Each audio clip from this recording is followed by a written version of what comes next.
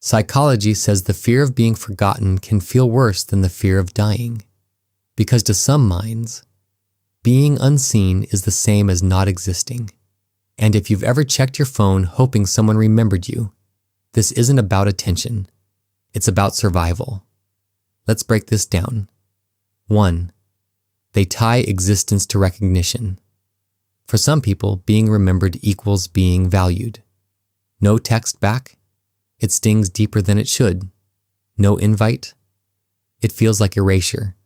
This doesn't come from ego. It comes from attachment wiring.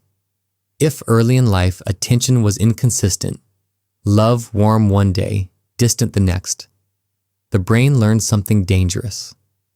I exist when I'm noticed. So they post. They reach out first.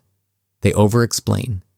Not because they're needy, because invisibility feels like emotional death, and the nervous system does not take extinction lightly. 2. Silence feels personal. When someone doesn't reply, most people assume they're busy. But to someone who fears being forgotten, silence feels intentional. Their mind fills gaps fast. They moved on. I don't matter. I'm replaceable. This is called rejection sensitivity. The brain scans for signs of abandonment, even where none exist.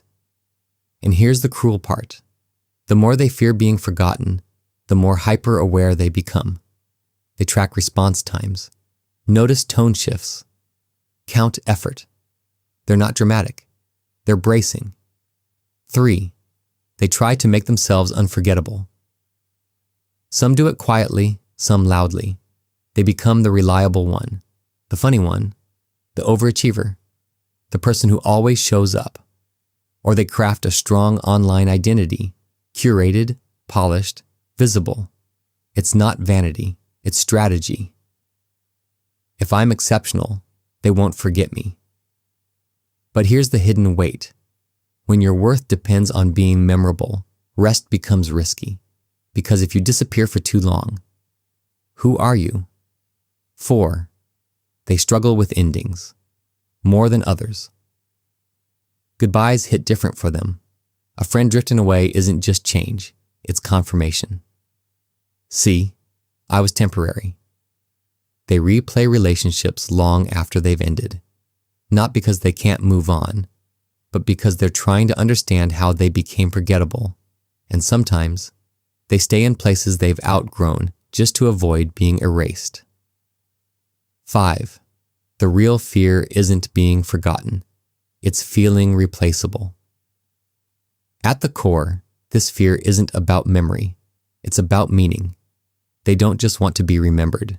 They want to have mattered, to have left an imprint, to have shifted something in someone.